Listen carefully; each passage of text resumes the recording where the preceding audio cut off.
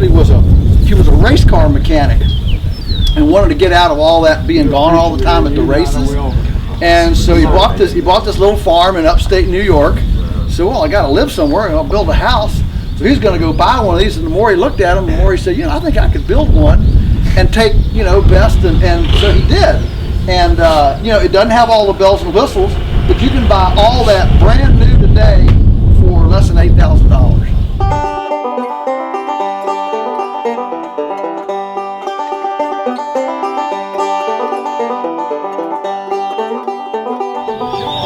All right, guys, we are super excited right now. We're kind of geeking out a little bit. We're on Polyface Farm, checking out everything out. This is the turkey brooder right here, but actually, right over there in the sawmill shed is Joel Salatin running the sawmill. And we just showed up to take advantage of their open door policy on the farm, just kind of walking around, and there's the man with the plan standing in the next room over. So we're a little geeky, so we're going to just kind of walk around, get some video, and just try to soak up as much knowledge as we can while we're here.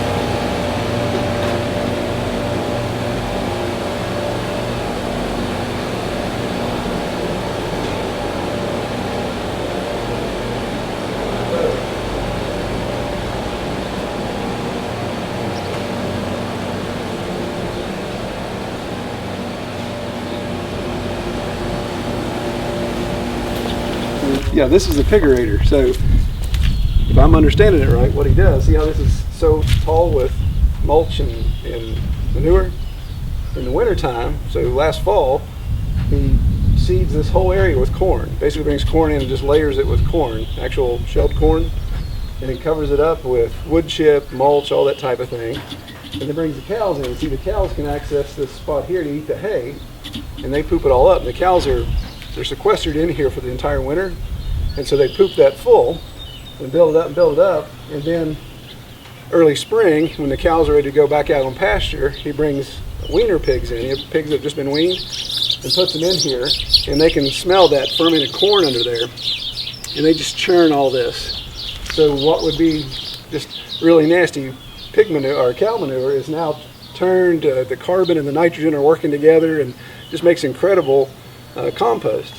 So he can come out and scoop this and either put it in the garden, or sometimes they'll put it back on their pasture. So it's basically it's tending the cattle. It's not having any sacrificial ground, but he's producing tons and tons of compost. And he calls it his pigerator because the pigs are aerating the ground there. It's really cool. As long as he doesn't get shocked.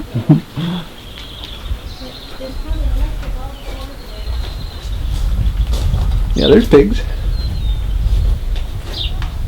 You see back here where there's these. Yeah. Hi there. Hi. The famous pigerator. That's right.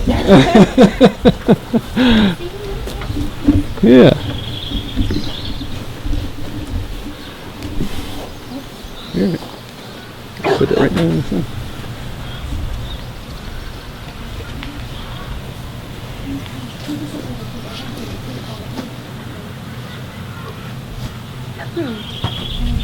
So yeah, just imagine after winter time how full this would be of manure. It'd almost be impossible to be in. It would be simply great.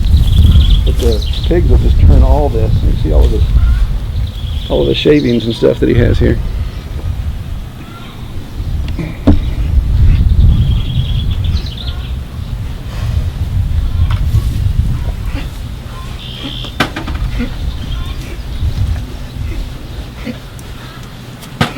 He's got some real young ones down there. I'll walk down, but step down in there for a second, Cameron, just to show the depth of that. So see, that's the example of the pigs turning that over. Easy, girls and boys.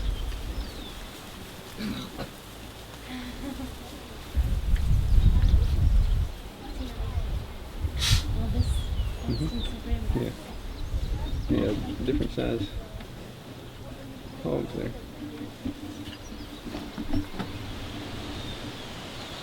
What's that? The hay bale? That's the manure spreader or compost spreader. See, they would scoop this up, Camo.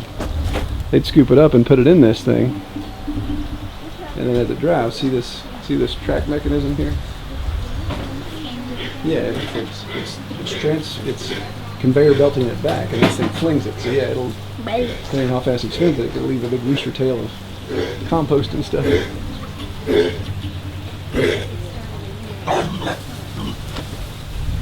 Just yakking on the bone.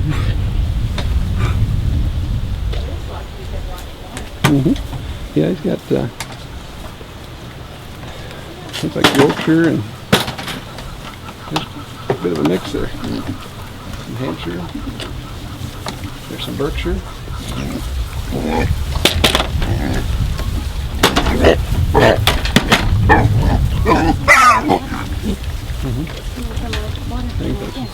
Cool.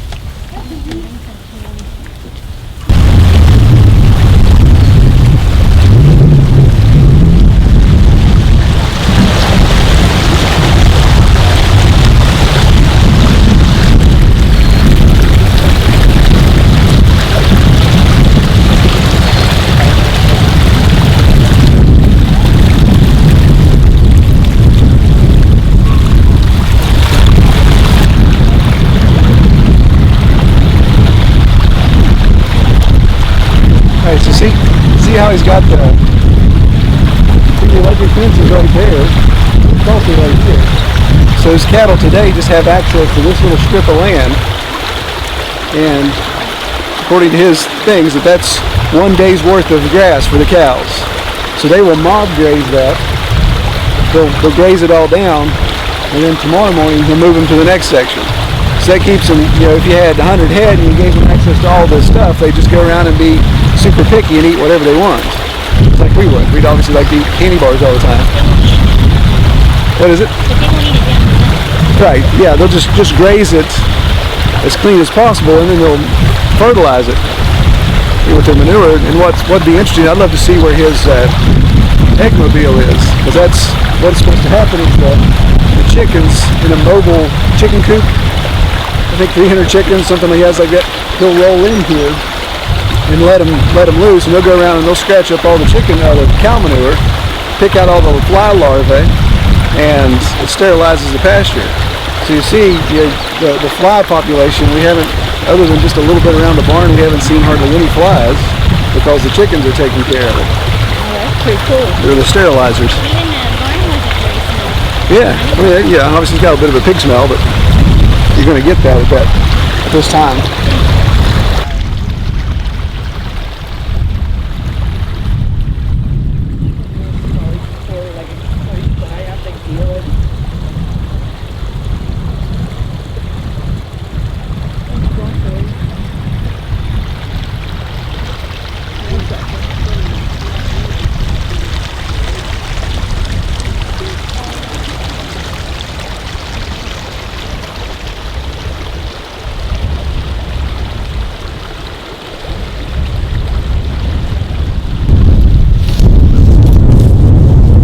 You guys seeing what I'm seeing? A whole bunch of chicken tractors over there. I'm trying to refrain from doing the Julie Andrews Sound of Music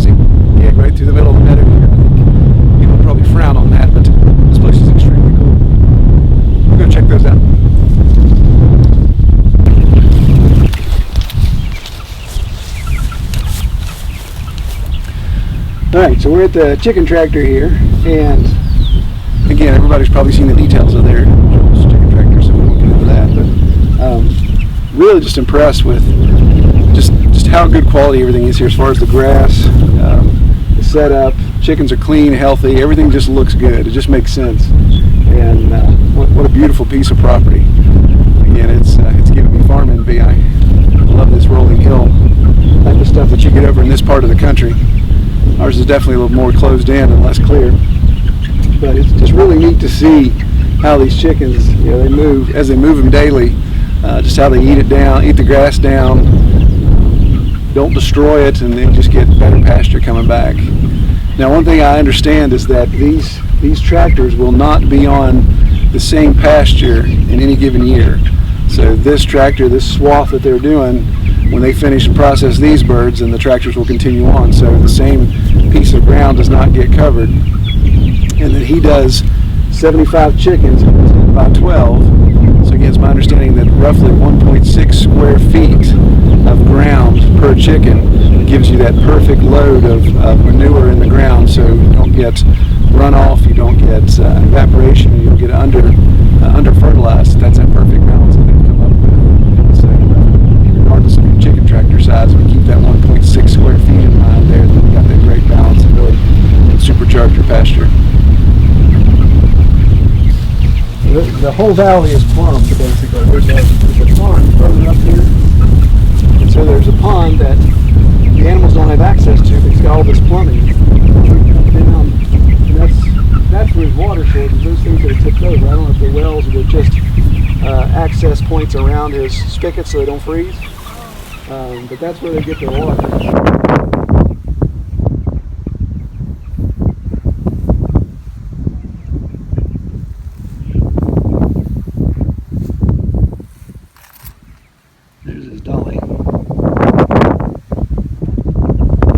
Yeah, that's a dolly. What you do, the way they use that is they stick it under the tractor and they tip it over, and it just lifts the back end of the tractor up, and then they can come around and drag it by the handle there.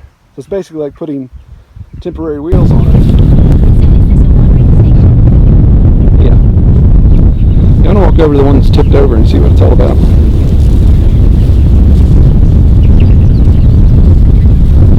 Yeah, you can definitely see this is where we were yesterday. Yeah. So, a little bit of food, a little bit of feed. Yeah. Yeah, it's exactly what ours looks like. It's eaten down like that. When you go back 6-7 days, and then bang, you got super nice grass.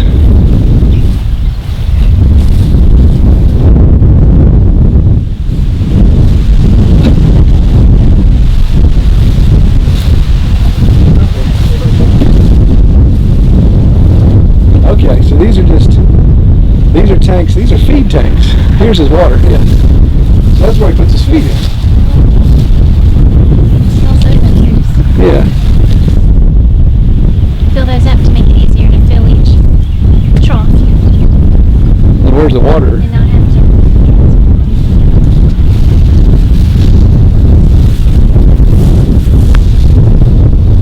So there's water.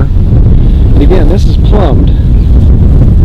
Come on the camera here, baby, if you would. Just let it stay on this bipod or monopod type setup. So there's the water with a float valve in it. So obviously it stops when this gets full, and they just bucket out the water to refill the buckets on top of the tractor. And this hose.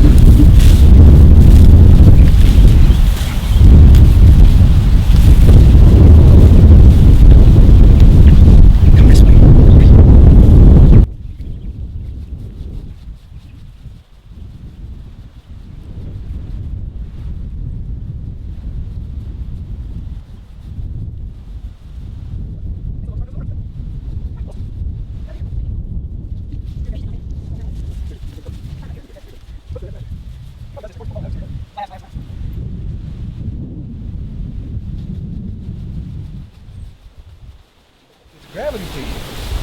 The pond is higher than everything else.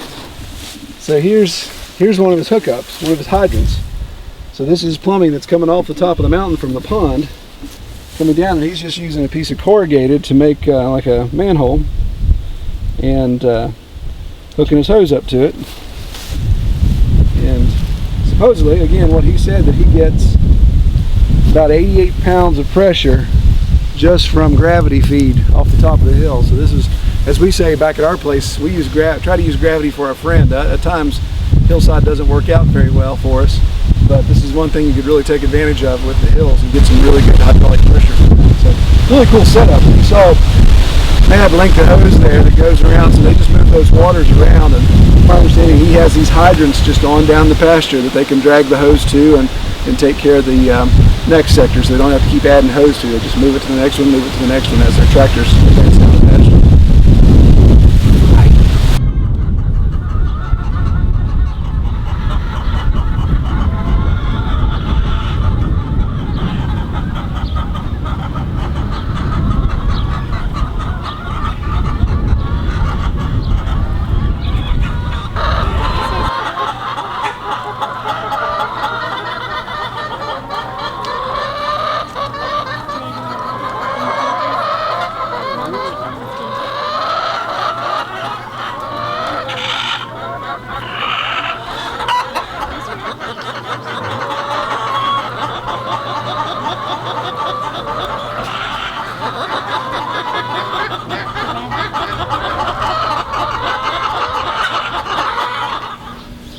So this is the outdoor processing here. This is where they process their chickens, and it's just really neat to see something like this, that you don't have to be in some enclosed warehouse, you don't have to be all suited up, you don't have to have all this crazy stuff going on as far as bleach and antibacterial and all that type of stuff, just in the wide open air.